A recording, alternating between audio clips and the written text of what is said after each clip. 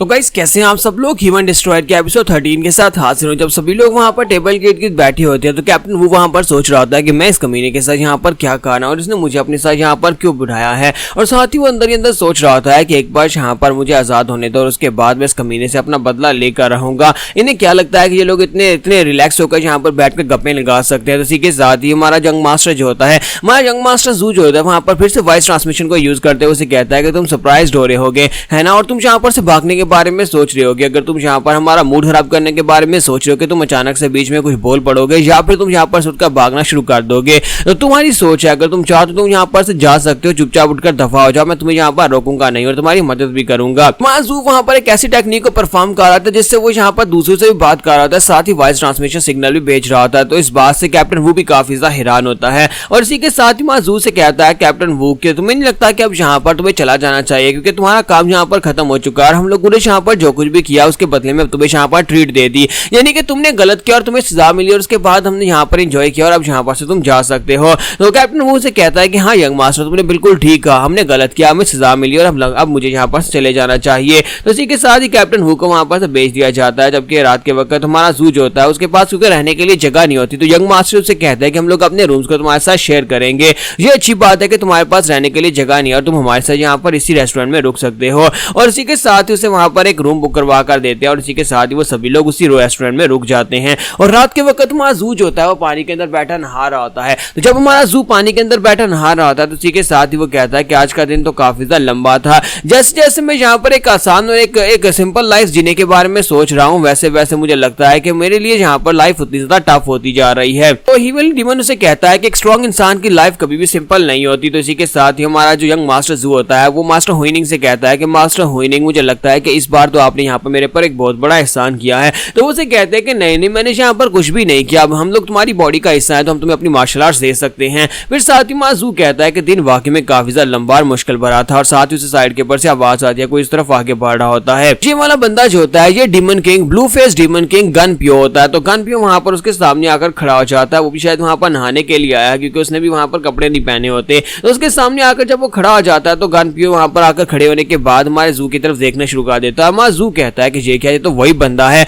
लेकिन ये यहाँ पर क्या कर रहा है, इस मुच्छड़ से तो मैं भाग कर रहा था, मैंने अपनी जान छुड़वाई थी और ये फिर से यहाँ पर मेरे पीछे आ गया, इसका मतलब कि ये मेरा पीछा कर रहा था। हमारा जू से कहता है क्या तुम मेरा पीछा कर रहे थे, तुम यहाँ पर क्या कर रहे हो। तो उसी के साथ वो फिर से उसके सामने अपने घुटने टेक देता है और उसे कहता है ग्रेट वॉरियर प्लीज यहाँ पर मुझे एक्सेप्ट कर लो, मेरे पास जाने के लिए कोई जगह नहीं है, तो प्लीज यहाँ पर मुझे अपना सबऑर्डिनेट बना लो। जू से कहता है कि तुम्हारी वजह से मेरे कान यहाँ पर फटने वाले थे, तुम क्या आराम से बात नहीं कर सकते। और साथ ही उसे कहता है कि क्या तुम यहाँ पर तब से मेरा पीछा कर रहे हो जब से मैं वहां पर से निकला हूं। तो वो उसे कहता है कि हाँ मैं यहाँ पर तुम्हारा पीछा कर रहा था, मैं एक बार मर चुका हूँ, मेरे 6 ब्रदर्स को मार दिया गया, अब यहाँ पर मैं अकेला बचा हूँ, बताओ मैं यहाँ पर और क्या करूँ, मैं अपनी सारी जिंदगी यहाँ पर तुम्हें गार्ड करूंगा, यानी कि मैं तुम्हारा बॉडीगार्ड बनने को तैयार, मैं कुछ भी करने को तैयार हूँ, तुम जो मुझसे काम करवाना चाहो मैं कर सकता हूँ क्योंकि तुमने मेरी जान बचाई थी। यंग मास्टर जू कहता है कि अब इस बंदे का क्या किया जाए। तो हिमली डीमन उसे कहता है कि इसमें यहाँ पर मुश्किल क्या है, तुम बस यहाँ पर इसको जल्दी से अपना सबऑर्डिनेट बना लो, वैसे भी तुम्हें यहाँ पर आगे जाकर बहुत सारे सबऑर्डिनेट्स की जरूरत पड़ेगी। तुम्हारा जू कहता है कि वाकई मुझे यहाँ पर अपना सबऑर्डिनेट बना लेना चाहिए, लेकिन अगर मैं यहाँ पर इतनी बड़ी हैवी बॉडी बिल्ड वाले मुच्छड़ को अपने साथ लेकर घूमूंगा तो सभी लोगों को तो यहाँ पर पता चल जाएगा मेरी आइडेंटिटी क्या है, तो मैं यहाँ पर इसे रखूंगा कहाँ पर, ऐसी जगह पर जहाँ पर कोई इसे देख ना पाए। इसी के साथ ही हमारे जू को याद आता है कि वो इसे किसी जगह पर बेच सकता है।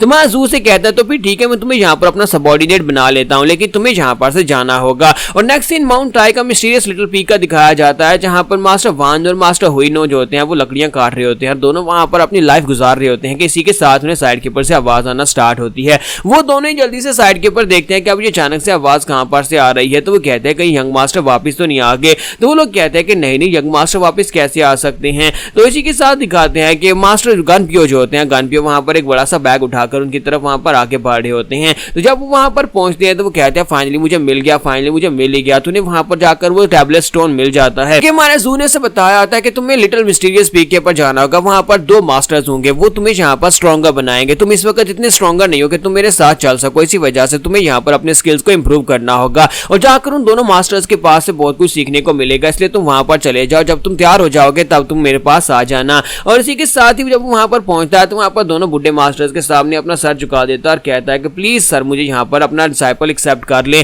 ग्रेट मास्टर ने मुझे यहाँ पर आपके पास भेजा है, उन्होंने यहाँ पर मुझे आप दोनों के पास भेजा है। तो ये बात सुनने के बाद हमारा वानो से कहता है कि तुम यहाँ पर किसको अपना मास्टर कह रहे हो, ये ये कोई ऐसी जगह नहीं है जहाँ पर कोई भी आ सके, इस जगह के बारे में किसी को भी नहीं पता। तो हुइनों से कहता है कि मुझे लगता है कि यंग मास्टर जू ने इसे उस बारे में बताया होगा, उसी ने इस जगह के बारे में इसको बताया है। साथ ही वो दोनों कहते हैं कि पता नहीं इस वक्त हमारा यंग मास्टर कर क्या रहा है। तो इसी के साथ उनके यंग मास्टर को दिखाते हैं कि वो मास्टर यानी कि वो बुद्धा की टेक्निक्स को मास्टर करने की कोशिश कर रहे होते हैं, वो शाओलिन की टेक्निक्स को बैठकर परफॉर्म कर रहे होते हैं और हमारे मास्टर हुइनिंग उसकी मदद कर रहे होते हैं। वो उसकी बॉडी के अंदर की के फ्लो को बेहतर बना रहे होते हैं और उसे कहते हैं कि मैं यहाँ पर तुम्हारी मदद करूंगा ताकि तुम अपनी बॉडी के अंदर की के फ्लो को आसानी से कंट्रोल कर सको। तुम्हारी बॉडी के अंदर दो कीज हैं, दोनों की पावर्स को तुम्हें यहाँ पर अच्छे से मेंटेन करना ही होगा। तुम्हारा जू जो होता है वहां पर उसे कहता है कि मुझे लगता है कि आज मैंने यहाँ पर काफी अच्छा किया है। तो मास्टर हुइनिंग उसे कहता है कि हाँ तुमने वाकई में आज बहुत ज्यादा अच्छा किया है, तुम तो दिन ब दिन यहाँ पर काफी ज्यादा बेहतर होते जा रहे हो। जबकि हिमालय डिमन उसे कहते हैं क्या सीरियसली मुझे नहीं लगता कि तुम्हें यहाँ पर इस तरह की बेसिक ट्रेनिंग करनी चाहिए, जबकि तुम्हारे पास यहाँ पर हमारी अल्टीमेट मार्शल आर्ट्स की टेक्निक्स हैं। तो हमारे मास्टर हुइनिंग उसे कहते हैं कि बेसिक टेक्निक्स बेहतर रहती हैं, पहले में यहाँ पर बेसिक से ही स्टार्ट करना चाहिए।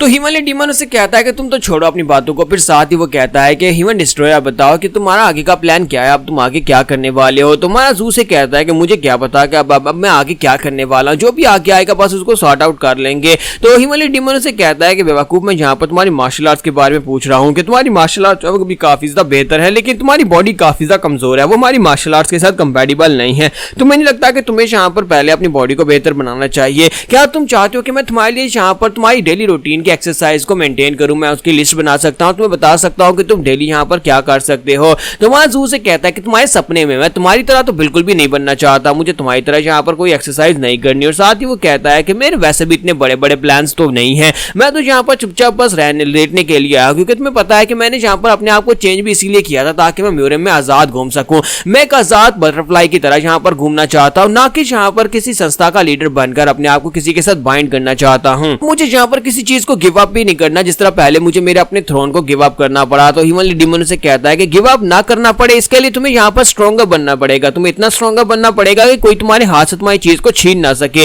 और उसके बाद तुम यहाँ पर किसी भी चीज को गिव अप नहीं कर पाओगे। जबकि मास्टर हुइनिंग उसे कहता है कि सर मुझे लगता है कि आपको यहाँ पर इसकी डार्क पाथ की तरफ बिल्कुल भी नहीं जाना चाहिए, क्योंकि जिंदगी में जो कुछ भी होता है वो सब कुछ एक ऑर्डर के मुताबिक ही होता है। जो आपकी किस्मत में लिखा होता है वही होता है, और जो आपका नहीं था वो आपसे पास से चला गया, और आपको यहाँ पर उसके लिए पछताने की जरूरत नहीं है। और इसके लिए आप ये ना कहें कि आप यहाँ पर स्ट्रॉन्गर बनकर उसे वापस जाकर छीन लेंगे। तो वो दोनों एक तरफ से अपनी अपनी बातें कर रहे होते हैं, एक उसे कह रहा था स्ट्रॉन्ग बनो और चीजें वापस छीन लो, दूसरा कहता है कि तुम्हारे साथ जो कुछ भी हुआ वो किस्मत का खेल था। तुम्हारा जू कहता है कि मुझे पता नहीं क्यों ऐसा महसूस होता रहता है कि जैसे कि मैं कुछ दिनों तक बुरा बन जाता हूं और कुछ दिनों तक अच्छा बन जाता हूं, कि मेरे साथ जहां पर एक हिमालय मॉक और हिमालय डिमन हर वक्त मेरे साथ ही रहते हैं। तुम्हारा जू उठकर बैठ जाता है और कहता है कि अब ठीक है बस करो, तुम दोनों बस करो, अब मैं यहाँ पर खुद डिसाइड करूंगा कि मुझे आगे क्या करना, तुम्हें मुझे यहाँ पर बताने की जरूरत नहीं है। इसी के साथ ही यहाँ पर हम लोग अपनी एपिसोड 13 का एंड करेंगे और नेक्स्ट एपिसोड में देखेंगे अब हमारा जू आगे क्या करने वाला है और इसका आगे का प्लान क्या होगा।